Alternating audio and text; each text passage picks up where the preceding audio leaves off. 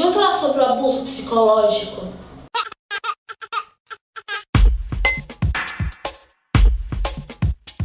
Pois é, o tema dessa semana é esse, um tema sério que a gente precisa falar, prestar atenção, focar e sempre apertar na mesma tecla para que a gente não corra o risco de só se dar conta de que está sofrendo um abuso psicológico, que o outro está sofrendo um abuso psicológico quando a situação não tem mais jeito para se resolver, ou se tiver algum jeito para resolver vai ser um pouco mais doloroso. Primeiro eu quero dizer para vocês que não é só a mulher que sofre abuso psicológico e não é só na relação amorosa que o abuso psicológico acontece, né? Acontece em diversos ambientes, em diversos contextos e é por isso que eu também tô aqui. Claro que no relacionamento amoroso ele acontece com mais frequência, é onde a gente mais encontra, né? É porque a gente já tá tão condicionado com o olhar crítico de ver as relações que a gente acaba focando nelas. Por exemplo, dentro das escolas acontecem muitos abusos psicológicos, né? Aquelas brincadeirinhas sem graça que faz com que o outro se machuque, o outro se entristeça, o outro queira estar distante de tudo. O famoso bullying que a gente já condenou, a gente já falou aqui no canal,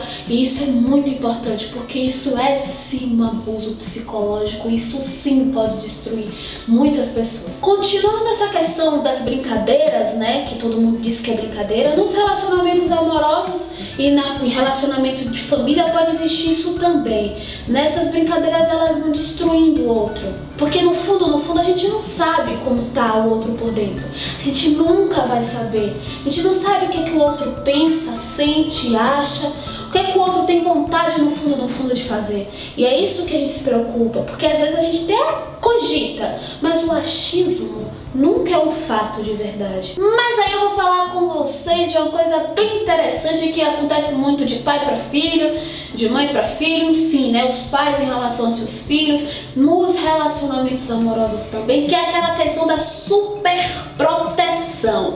A gente querer proteger o outro é muito importante, né? A gente tem que mostrar amor, afeto, carinho, cuidado, isso é super válido. Mas essa superproteção tem que ter muito cuidado, sabe por quê? Porque ela pode trazer a sensação de posse. E venhamos, minha cá, chega mais. Ninguém é de ninguém nesse mundo. Ninguém é posse de ninguém, ninguém pertence a ninguém. Ah, minha, mas eu vou deixar de ser carinhosa, vou deixar de preservar. Não vai deixar, mas você vai ter que ter o equilíbrio. Por exemplo, quem está sendo super protegido pode estar numa carência muito grande, pode estar com o psicológico muito abalado e vai sentir a necessidade dessa super proteção. Legal, isso você está tendo afeto, cuidado, respeito pelo outro. Mas quem está super protegendo, está fazendo isso por amor, por afeto, tudo bem, eu compreendo. Mas tem que ter cuidado para não achar que você tem o direito de ser dono ou dona desta pessoa, mesmo sendo seu filho. Porque aí você começa a querer controlar, começa a sufocar, não deixando o outro que momentaneamente está precisando daquele afeto respirar e reagir para a vida. Então você ainda tem que ter cuidado, porque a sua superproteção traz a sensação de posse para você e não permite com que o outro reaja. Então equilibre, não é deixar de proteger, não é deixar de cuidar, de ter afeto. Ao contrário, é fazer isso racionalmente. Essas questões que eu falei todas pra vocês, né? Essas brincadeiras, essa superproteção, entre outros tantos fatores que acontecem nos relacionamentos como um todo e que caracteriza o abuso psicológico, elas às vezes acontecem de forma tão natural, gente, que não dá pra perceber, sabe? O abusador nem sabe que tá sendo abusador. E o que tá sofrendo abuso nem sabe que tá sofrendo abuso.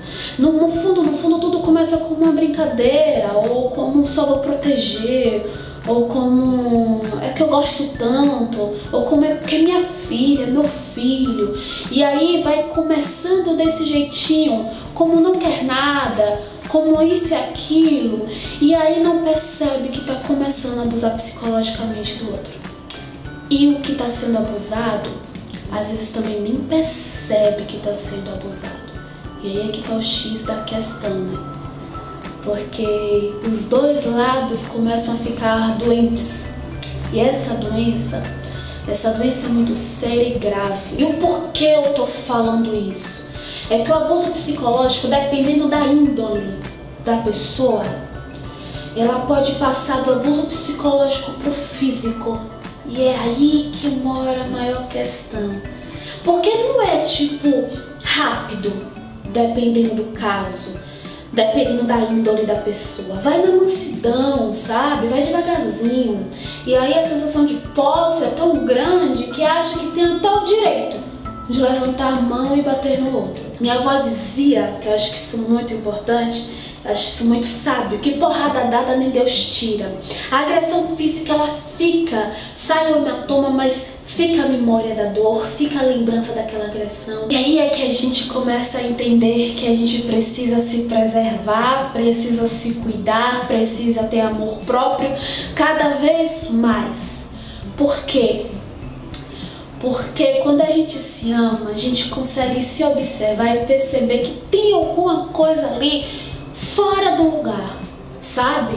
E aí a gente começa a se melhorar. Não tô dizendo que a gente tem que só apontar o que o outro tá fazendo de errado. Não, a gente tem que se olhar, se estudar pra saber também o que é que a gente tá fazendo de errado com o outro.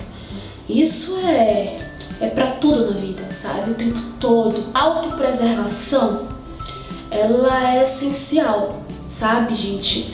Ela é o que faz os seres humanos, todos nós animais, termos a consciência e a capacidade de nos protegermos. A carência, a solidão, às vezes faz com que a gente se torne vítima de algo que a gente disse que não queria passar ou que a gente nunca imaginou que iria passar. Mas lembre que você é autossuficiente, você pode se cuidar sozinho, sozinha, você pode ser feliz sem precisar sofrer de nenhuma forma. O se preservar está nesse contexto principalmente. O amor próprio é muito importante.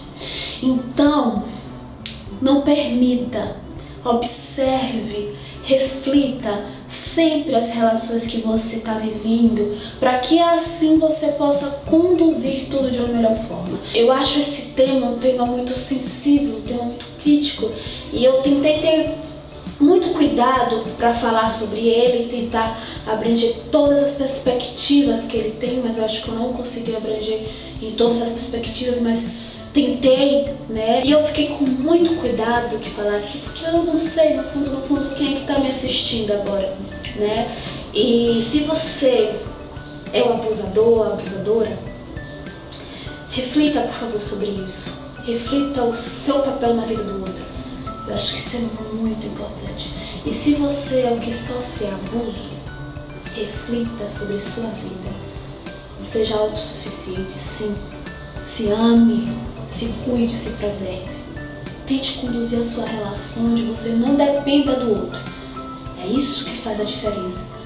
Assim os relacionamentos amorosos dão certo, assim a convivência dentro de casa com os pais ficam boas, né? Com os filhos também. Assim a convivência no trabalho melhora. Às vezes, quem tá fazendo abuso tem tanta necessidade de se sentir autossuficiente que precisa diminuir o outro para isso. E é uma outra questão que a gente precisa refletir sobre, sabe? Como é que eu tô me sentindo? Eu preciso pisar no outro para me sentir melhor? E não, né? Eu espero que vocês tenham gostado do vídeo, reflitam sobre, espero ter ajudado. E é isso. Beijo!